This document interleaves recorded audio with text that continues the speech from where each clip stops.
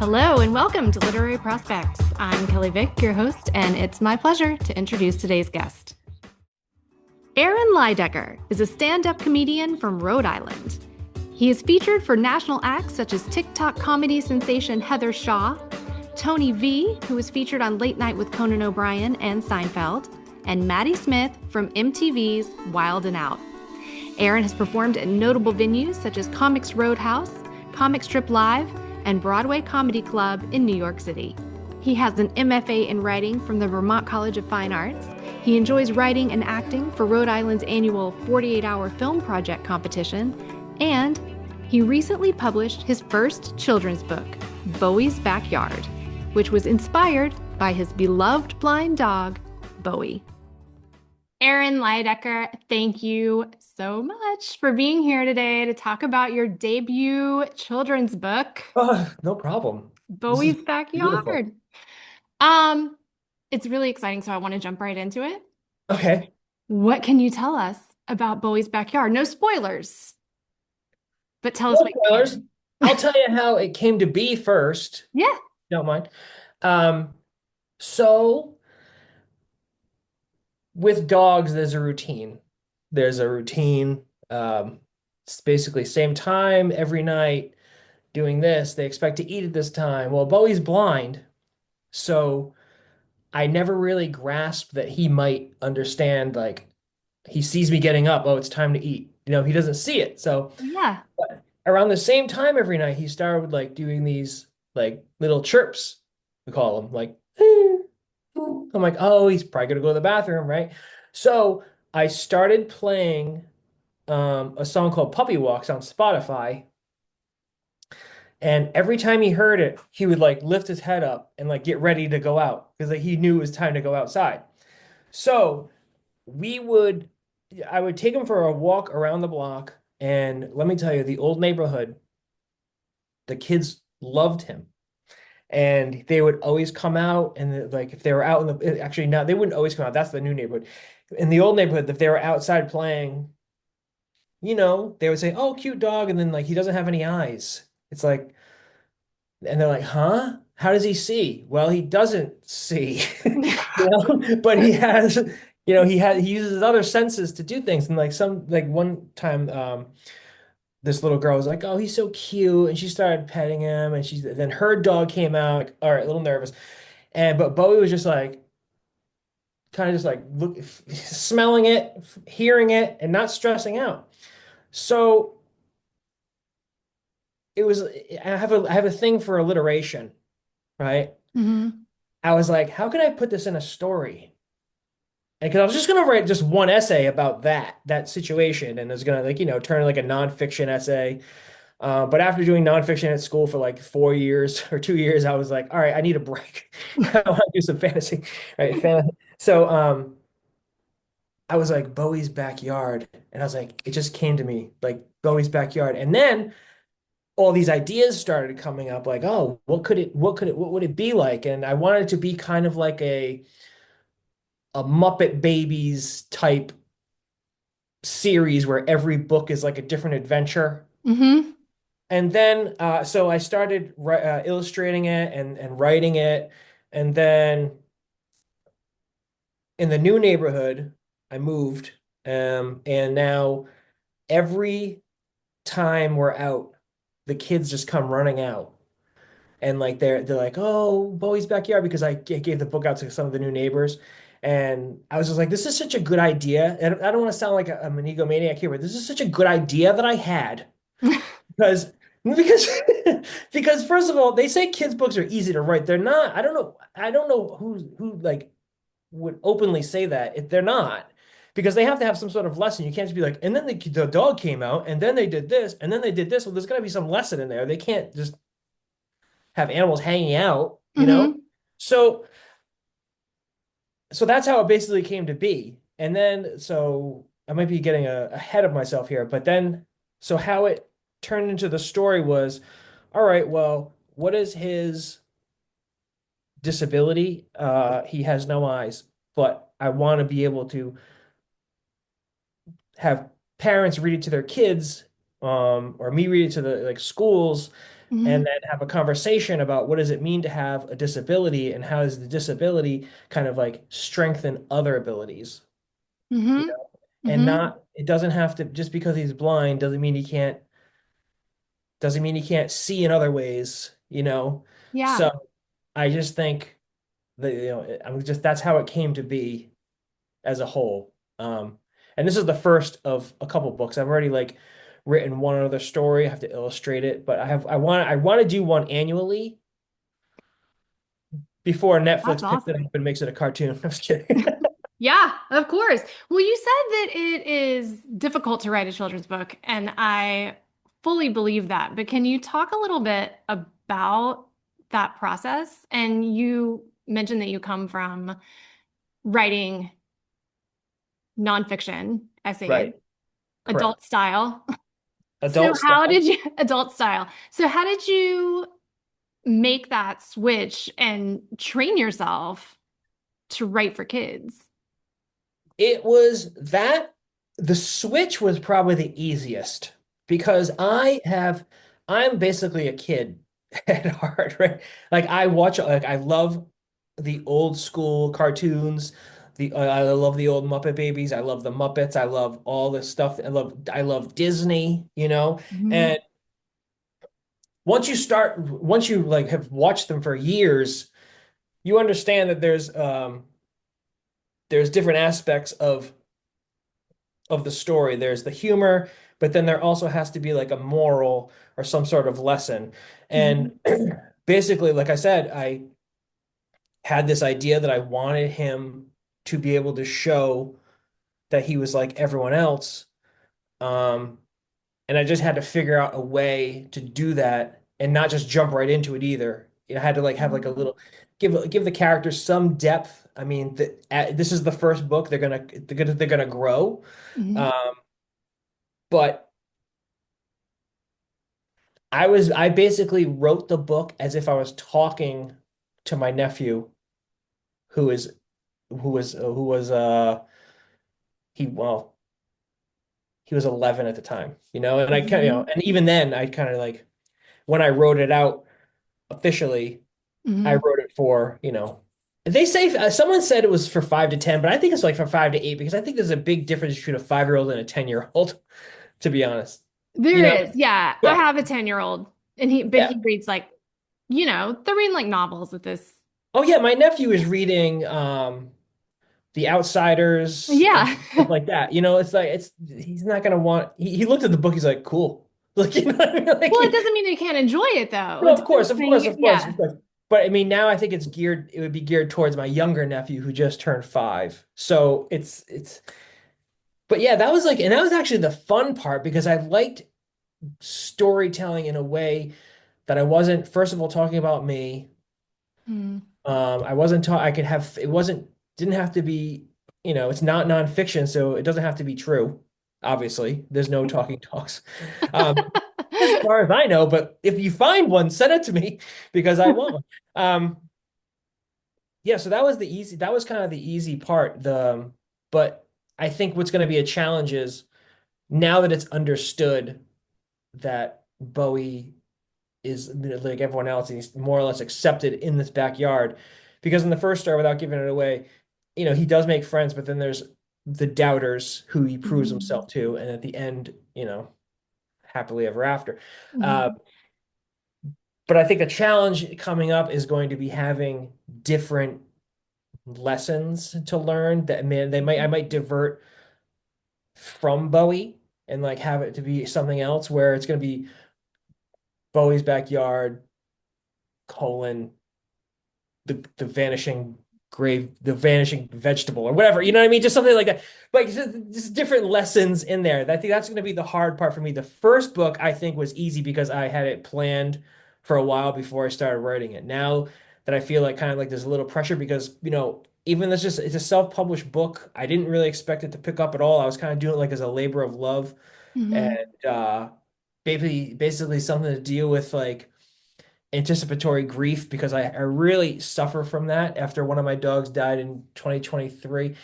Um, Now it's like, all right, well, I kind of figured it's very weird, but I was like, if I write a story about Bowie and everyone knows who he is, then that's going to solidify him like his mortality.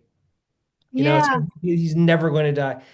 And then, and it was funny because we were at the vet a couple weeks ago, and the vet's like, he has a level 3 heart murmur. I'm like, I'm like, it didn't work. No, no, he's fine, he's fine. But I Okay. was when she said that, I was like my I could feel everything leave my body. But yeah, he's fine. He's sleeping in the other room right now. Oh, Mhm. well, actually, I wanted to talk to you about how you have a history of taking in dogs Right. that are older Yes, we or do. maybe have disabilities. Yep. Can you, and you're really passionate about it. Can you talk about that a little bit and how that got started for you?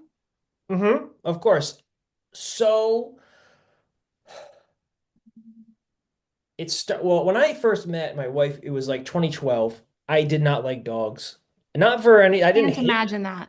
I didn't hate them, but I was attacked. Not att I say attacked when I was younger by a dog, but looking back, it was the neighbor's dog who was excited to see me, and he was just circling me. But me, I was screaming at the top of my lungs, It's and then scary. yeah, it instilled this fear in me. Um, but in 2013, we got a dog who had he had a cataract. He was an older dog. He was 13 then. Um, and he had a cataract, and then he had to have his t eye taken out. And then we got another dog who had just old, and she had breast cancer, and um, those three all passed away. Then we got Saber, who we got was he had kidney disease. Knew this coming in. This was 2022. Mhm. Um, but he was old and he had kidney disease. And I don't know, there's just something about the older dogs that it seems that nobody really wants, like because Mhm. they're old, kind of like the island of misfit toys, you know? Yeah. Like they're like essentially broken or there's something wrong. They're not going to live long. It's like, well, it's not about you when you're taking an old dog. It's about them, like giving them the quality of life for the rest of their days because chances are if they're a senior dog and they're at a rescue, they were taken from a garbage situation at home where they weren't being taken care of, Mhm. or they're the person they live with forever died and now they're just like extremely sad. Yeah. um and like they say, you can't if when you know dogs and you know animals, you can see that their emotions, you can see their emotions. They wear them right on their sleeve, on their sleeve per se, Mhm. even though they don't wear sleeves. But well, actually, ours do. They have winter coats on right now. Um, but it's just something about them. They just feel helpless, and I think a lot of it comes from. I remember my therapist said something about this is going back a couple of years now. How I want to help, Mm. and I feel like Mhm. maybe I'm like covering something up, or like maybe I feel bad about how because I was a 20s 30s, not that I made a lot of mistakes, and I think like this is like a As way most people do. exactly, but I think this was a way of kind of redeeming myself in a way, Mhm. by taking care of these helpless creatures. And it's weird, you start to it's like an obsession. And then because then after Saber passed away, I was unconsolable. Like it was terrible. I had never experienced grief like that, right? Yeah. So, and it turned me into someone I wasn't, and I was just like, not in a bad way per se, but it was just like it really opened me up to maybe spirituality and maybe like, you know, the whole universe that maybe they took Saber is gone, but then you're gonna Mhm. Saber sent you because after a month after Saber we got a Bowie.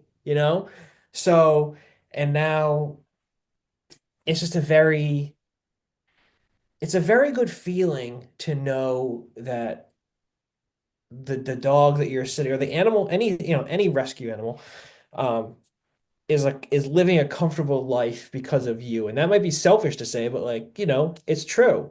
And we spend, people who, when you rescue dogs, you sometimes we got our dogs from Vintage Pet Rescue, and they're free, but they're not free. They cost money. They cost a lot of money. My Care Credit pet card is ridiculous right now, but it doesn't the no matter what you pay, what you get back in return is just it's well worth it. It's well worth it. And now there's Yoshi. He's got no legs in the back. He was attacked when he was younger. Now there's Teddy, who is his person died, so like he's very sad. He still tell you he's a little sad. He walks around sometimes like, and he just looks at me like you can just see sadness in his eyes. It's like you kind of go you kind of go you got to yeah, go all out for him. And they're gonna make appearances in the next couple books too, like little small ones. Um it's Bowie's story. I mean, come on. They're gonna pop up in there. But yeah, and like even now, even today, I saw someone on Facebook saying like we're saving up to buy my daughter a puppy. It's like, well, you don't save up. Go to a rescue. Go to a pound and get a pound. Go to a rescue and get a senior dog or a rescue dog. They're not all old either. Some of them Mhm. are just homeless. Some of them, their families died and they have nowhere to go. So there could be five or six just sitting there waiting for someone to come take them home, I love that. I love that you guys do that. I'm feeling a little clamped. Um, No. What's so funny? And this is really cool moment. The other day, I did a show in Providence, and there was a woman up front, and she was laughing the whole night. I was like, oh, one particular person I saw like laughing, because you notice that stuff is a comic. You're like this person's really reacting to everything. Some kind of play to this area. Um, and then after she came up to me and she's like, I bought your book, Bowie's Backyard. I'm like, oh, you did? She's like, yes. She's like, it made me cry. And I was like, that's cool. I was like, and she's like, it is. Like, I said that's cool without thinking. I was like, yeah, because a half hour ago I was making you laugh, and now you telling me I also made you cry. Like, I guess I really know how to tap into those emotions. You're the power. Yeah. I mean, it was just, but, and I said, what particular part of the book made you cry? And this won't give anything away. It's Hmm. like, she said, oh, when he talks about how he had friends at the rescue, but he doesn't know how to make new friends, and he doesn't know if he's going to make any friends. And I was like, oh yeah. I was like, I remember that. I remember writing that. I was like, that was one of the things. Like, that's another thing. Going back to writing for kids, you Mhm. have to speak in a way that kids understand. You can't. You got to pick your words, and the style of your sentences. That was one of the challenges. If I could just hark back to what you asked earlier. Yeah. But that was a cool moment. I was like, all right.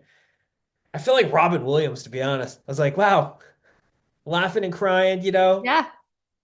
And like it's so weird because I don't know how you're gonna edit this. I'm sorry, I kind of ramble, but it's so funny that when you just like when something's in the process in your brain for so long, and then it finally comes out on the page or out for the public to see, there's two things. One, you're nervous how people are going to take it, Hmm. react to it, because this came from you.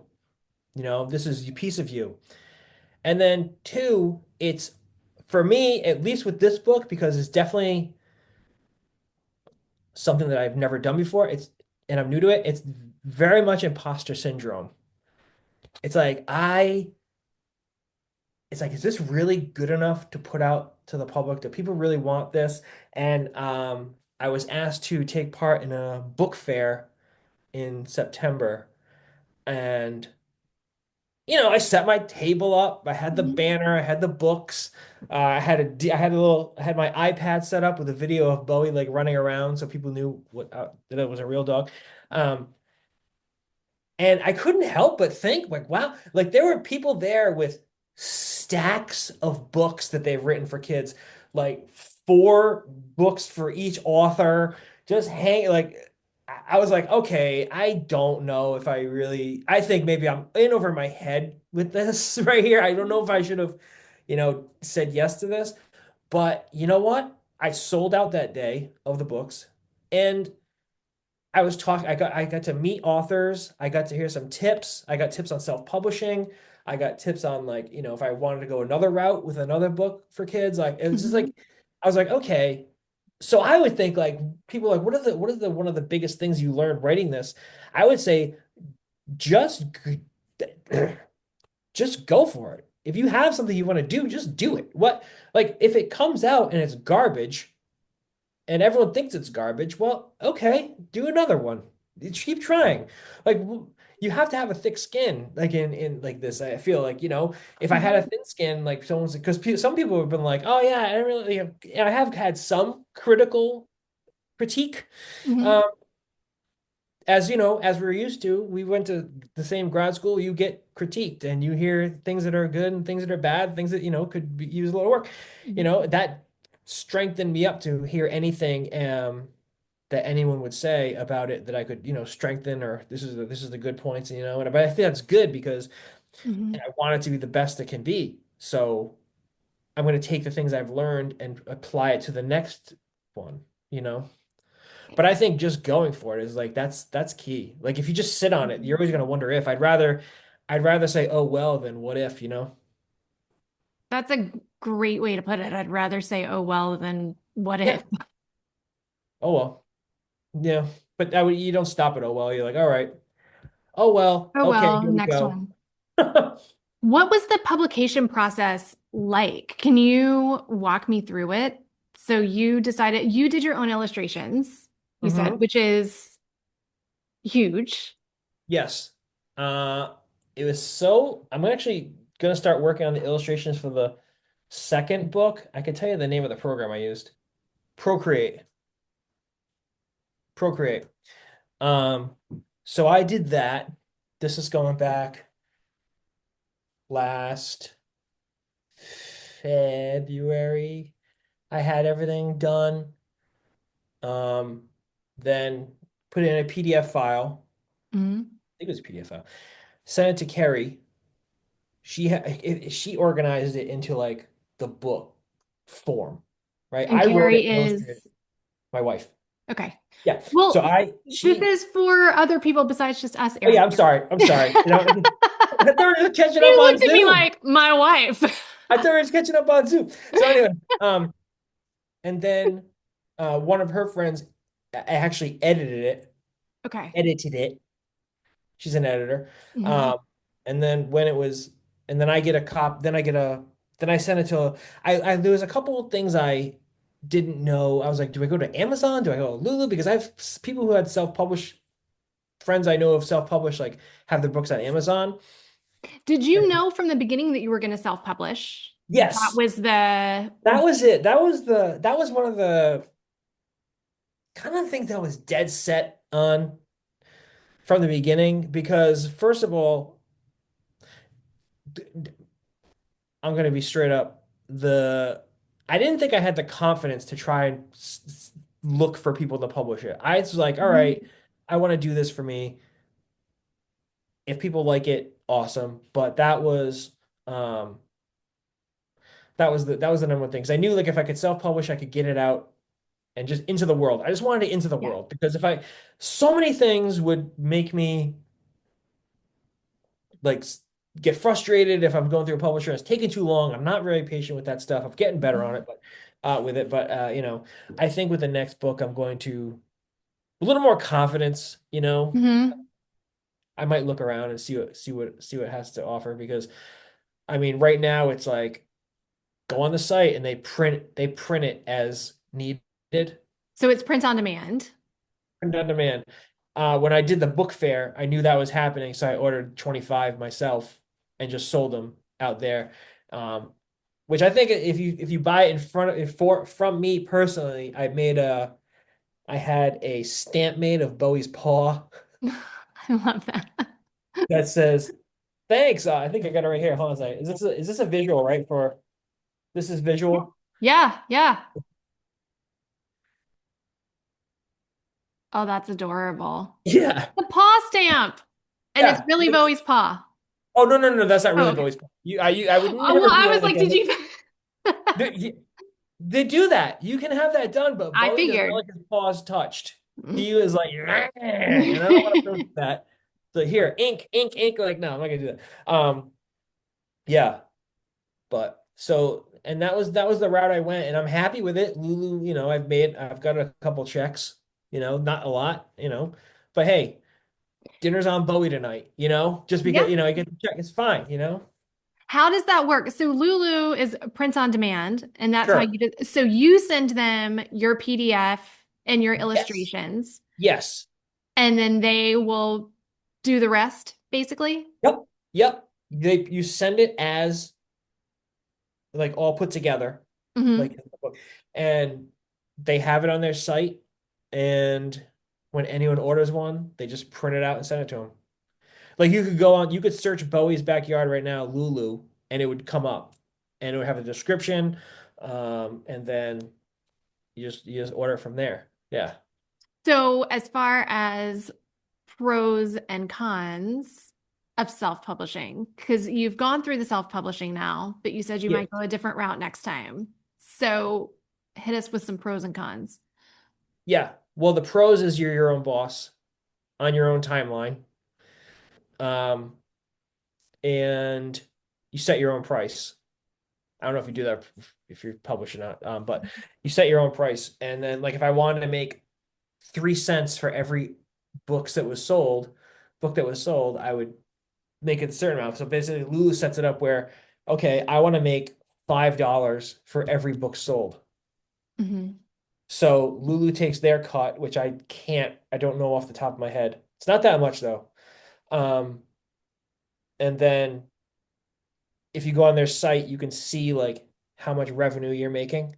Hmm. They send a check out every 3 months, as long as it's over $20, which is fine. Hmm. Um, as far as the cons, I feel like like if I had someone publishing, like it would maybe reach a wider audience because with the self-publishing, you have to do so much marketing for yourself, you know? And I don't mind that because I have an Instagram page for the book. I have, I'm always on my Instagram talking about it, my Facebook talking about it. You really can't be too introverted in that aspect where you're like, okay, but like, I did my book and just like let it go because Hmm. no sooner or later, unless like some miracle, no one's gonna be like, oh, no one's gonna like be searching and see the book, in 5 years, be like, oh, it's this. They buy it like, oh, I'm gonna make a movie out of this. I gotta contact this person, like it's not how it works. So, but like what I do is I act like this book is, and like I said before, how I was had a little self-doubt in the new arena of authors and like working with and like being uh, um, a book fair with all these people. But you know what? I act like this is the best thing that you're gonna pick up, and your kid needs this book. You Hmm. know, like you can't. That's another thing. Confidence is key. Confidence is key with everything. As far as at least what I do, comedy, you got to be confident up there. People are going to smell your fear and they're not going to laugh at you. And it's just going to be a bomb. And you can't be like, oh, I made this book. It's not that good, but I self-published it, and like I'm not like the best artist, but like, people are like, why? Why are you telling me this for? I Hmm. want the goods. Hmm. So, and I am, and I do think that sometimes because I didn't go to art school. I went to writing school, I guess you could say, but I didn't go to school for writing children's literature. I mean, who knows what this book how it would have been different if I went to school to VCFA for children's literature Yeah. instead of nonfiction. Who knows? I don't know, but we don't know, and we're never going to because those student loan money. No, I don't need it anymore, right?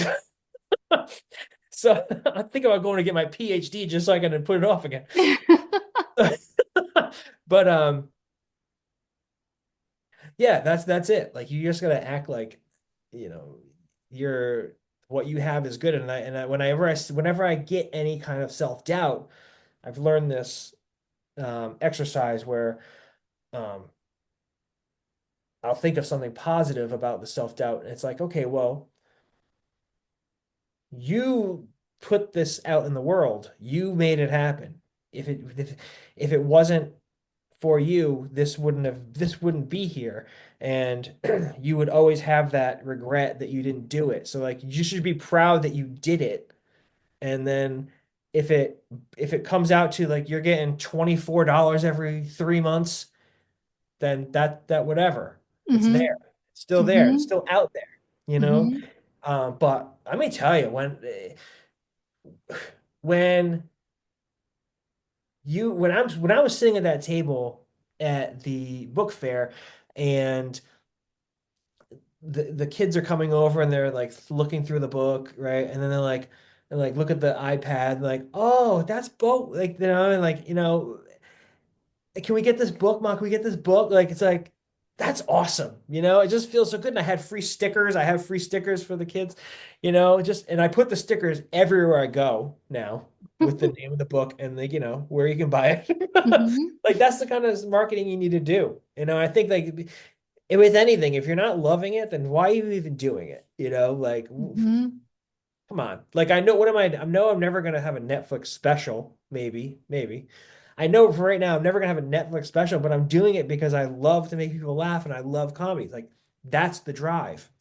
Like I want people to understand that disabilities don't aren't a bad thing. Um, Mm-hmm. I don't know if I'm going to get flagged for saying even disability. I don't even know what you can say, different abilities. Mm-hmm. Um, and then I want people to know Bowie and I want conversations. I want people to have conversations. Like like after you close the book, like, oh, why did the fox not like Bowie? Why did Bowie end up doing what he did? How did he do that? What does it mean when, you can't do this, but you can do this in a way that others who have the same ability don't use that ability, you know? Mm-hmm. Mm-hmm. That's it. I mean, that's that plain and simple. That's what I want out of it. And like so far, it's exceeded expectations. Like I didn't make any Bowie dolls yet. That's I'm making coming, right? that's With coming. book Oh, two? so Yeah. coming. But I've been on a couple podcasts about it. This is the third. Mhm. I've gotten, I met the authors. I was on the news, so Yeah. it's like you take the little victories. There's always going to be someone who's gonna probably have something to say negative, just like whatever, man. Like you just gotta look at those and like, okay, is that worth really thinking about, or is this person just being irrational and moronic, or Yeah. maybe a little jealous, maybe a Yeah. little jealous because, you know, the one person who said something, um, it was the effect of, well, anyone can write a kid's book. And that was followed with anyone can just say, I want this published, which is true. I mean, I could probably send something into Lulu that was like, I don't know, unedited. I could probably send in like first drafts of like things I did in grad school and be like, I print this, Mm-hmm. and sell it. Mm-hmm. But why would I want that out there with my name and like all this, like all these commas in the wrong place and all this stuff, like, and the person who said that, I know for a fact, also was planning on writing a kid's book. They never did. And, Mm-hmm. you know, and Mm-hmm. he's just a little like, maybe he's a little upset, and that's fine. But you know what the funny thing is? He bought two copies, which is Well, after. So it's like, I wish everyone would hate it like you do. Like, you Yeah. know, Aaron, what's your writer origin story? that's a very good question. Um, this is gonna sound really, I don't even know if I want to put this out in the world, but I'm gonna do this because you know what, Kelly? We're good pals, and I'm sure everyone listening, we're good pals. I always liked writing. Let's just put it this way. I always liked writing. I was writing stories, fantasy stories, from back in the, oh, I can't remember, so far, elementary school. I was just writing stories. I liked making worlds. Um, and then I went back to, I never did anything with it. I just kind of like just wrote. Um, but then I went to school for, um, I went back to school for sports medicine. Did not like it. And I was like, I need to change my major, stat. So I went back to get my bachelor's in English, because I was like, oh, I like writing, I like reading, right? So we had to do three, um, kind of like classes that were like really focused on a certain aspect. Like we had to do a poetry class, a fiction class, and a nonfiction class. Mm-hmm. Kelly, I took the nonfiction class, and I didn't realize that that nonfiction meant not fantasy. I don't like I'm there's a confused. I know I was too because the first thing I wrote for this class was a total made up story. Okay. No, here's the thing. It was a total made up story that could be real, but didn't Oh, I happen. understand. Okay. Okay. So there's a Pete Holmes joke where he's like, I don't understand the difference between fiction and nonfiction. So fiction means not true. Nonfiction means not true. Right? So I was like, I had that in my head. I was like, my professor wrote, this is really good. She's like, I'm not saying that this didn't happen, but and then she had this whole thing, and I was like, the hell's that mean? And my dad's like, you know what nonfiction is, right? And I was like, I guess I don't, right? So, but then, you know, but then once I did, and I was like, oh, like my this is I'm way too old to be understanding this at that time. Okay, I'm not gonna lie. I was like, oh, like David Sedaris, like he's a humorist. You name it.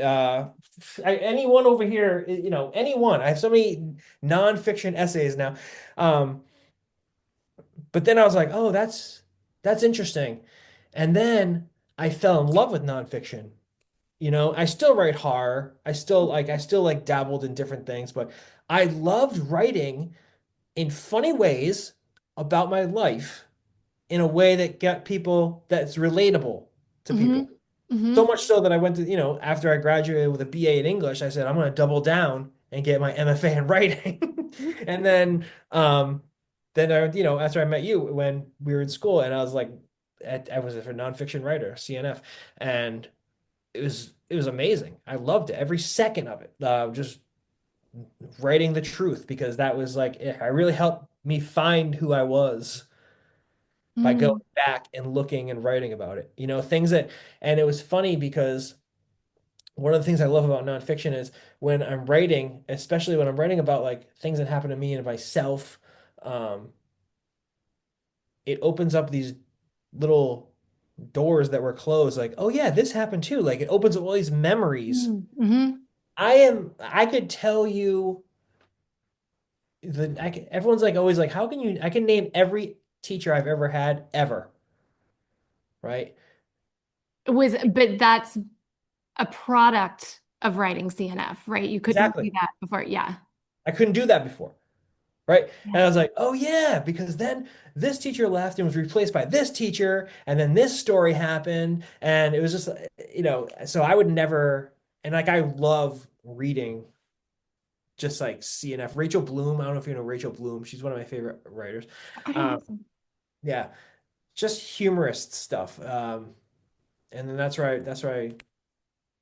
So I actually haven't. I've only been really writing since 2017, like hardcore. Now it's every day, you know. Before, Do you have a regular routine now? yes, for a while things are rocky in life. Mhm. So like I didn't really didn't have a routine. But now like I'm kind of like every morning I'll wake up, do my Duolingo, do my writing, and then start the day. And if I have chance later on in the day to write more, then I will. But if I don't, at least I got that done. I set little goals for myself. Even if it's just an outline, Mhm.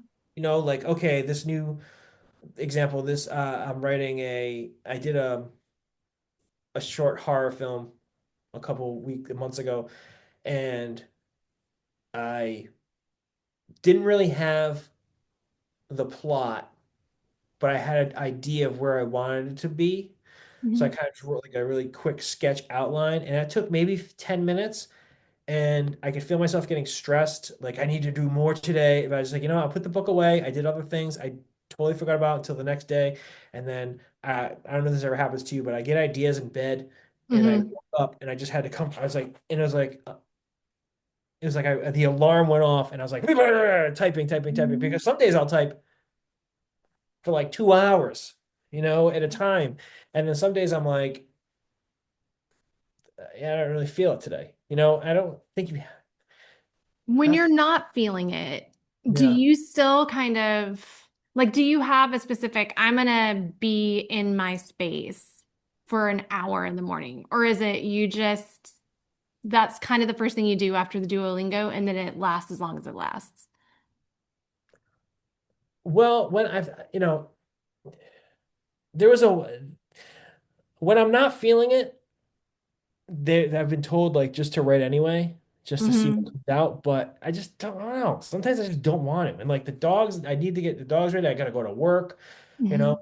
Hmm. Um, but yeah, I do like this room is my space. I feel very calm in here. Hmm. I have like Christmas lights up, all year because it calms me down.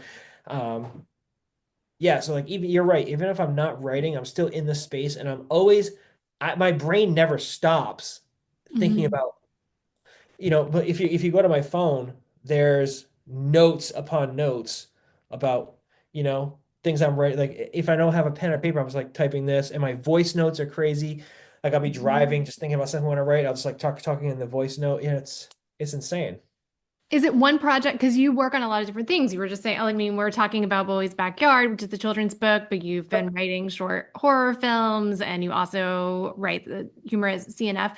Do you find yourself focusing on one project at a time, or do you usually have several things going at once?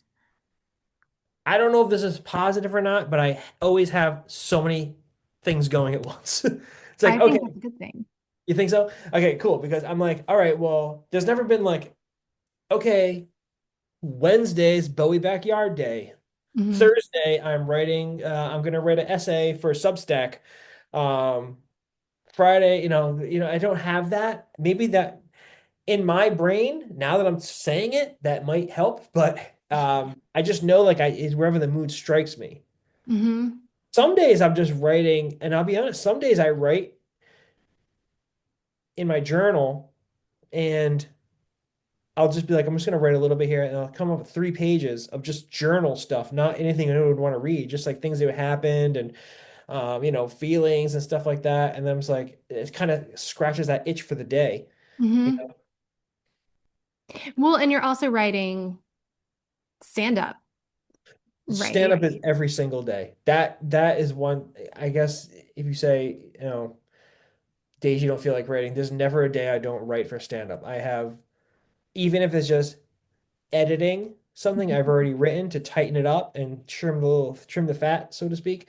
Um, yeah, because Bowie's Backyard is one of my passions, but stand up is the passion that Doesn't I wouldn't say Trump's Bowie's Backyard because I look at them both the same as like something I really want to succeed, Hmm. but there is a an automatic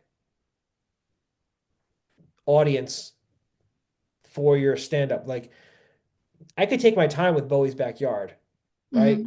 If I know I have like, I'm in stage tomorrow, I really need to focus on that because if you're doing stand-up and you suck, you're gonna know because no one's laughing. So like that sometimes that does take precedent because I really want to like tighten this up. So I'll put Bowie's Backyard away for a while and just like really focus on the writing and the step. But the stand-up is the thing that I definitely need to be well done right away Yeah. because like you have that audience right there.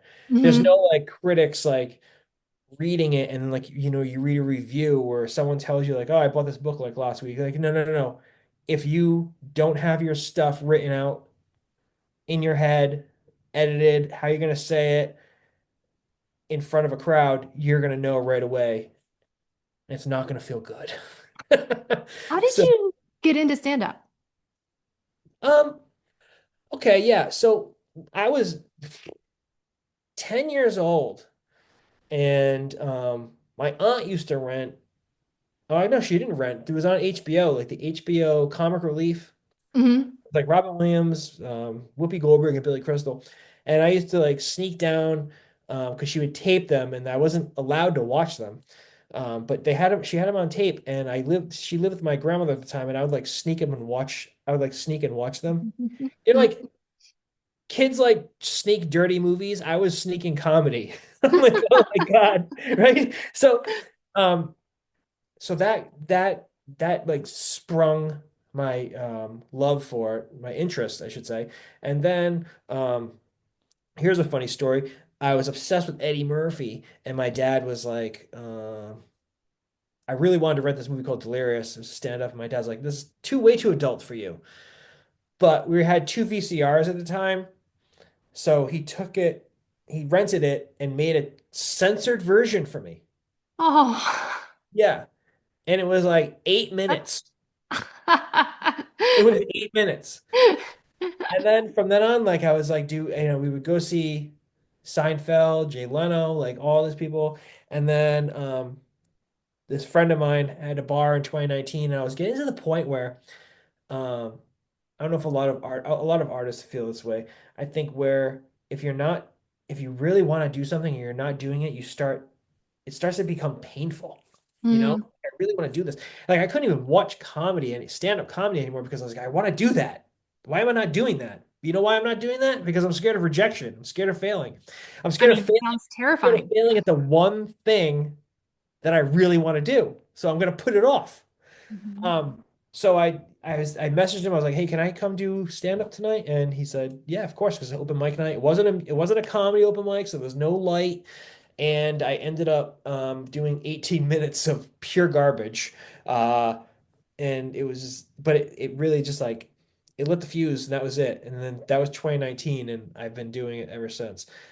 Because that happened basically at the same time I started back to school. So I was writing a lot all at once. Wow.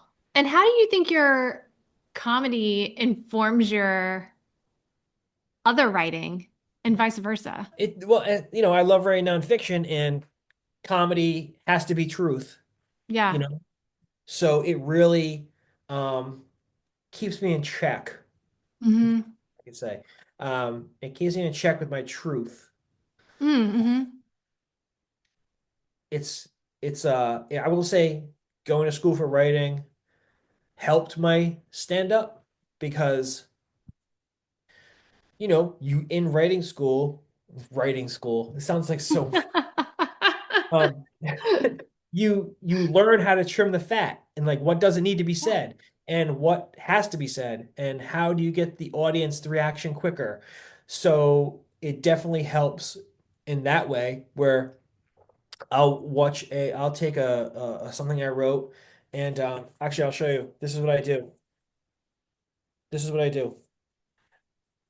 I take um a pen, pardon my Hmm. handwriting. and I will write out the joke and I put the punchline in red. Oh, cool. Okay. So if there's too much black or blue pen before the red, I Hmm. know I gotta like tighten it up. Oh, that's cool. Yeah, and then that's something that just happened to me. I just started doing that a few months ago. And then because I was watching videos and I would like sit there with my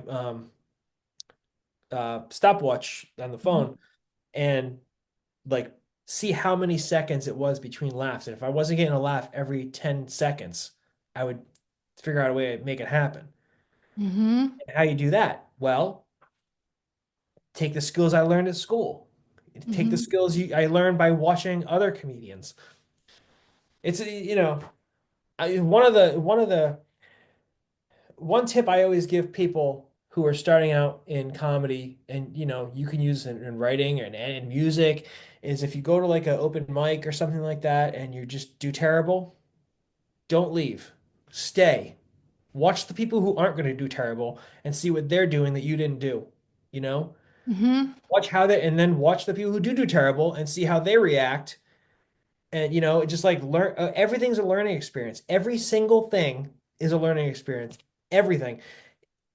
You can name anything and there's always a lesson to be learned there. There's lessons to be learned in self-publishing. There's lessons to be learned in having someone else do your publishing. There's lessons to be learned. No matter where you look, that's how you have to like, that's how I have to look at things. Like, okay, what did I learn from this? You Hmm. know, how did this change me into this person? What did why did I do this? Why did I write that? Like, where was my head there? What was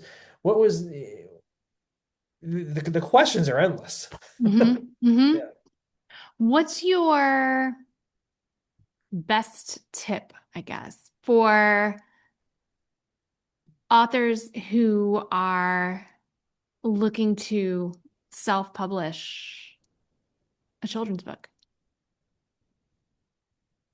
The best tip for an author trying to self-publish,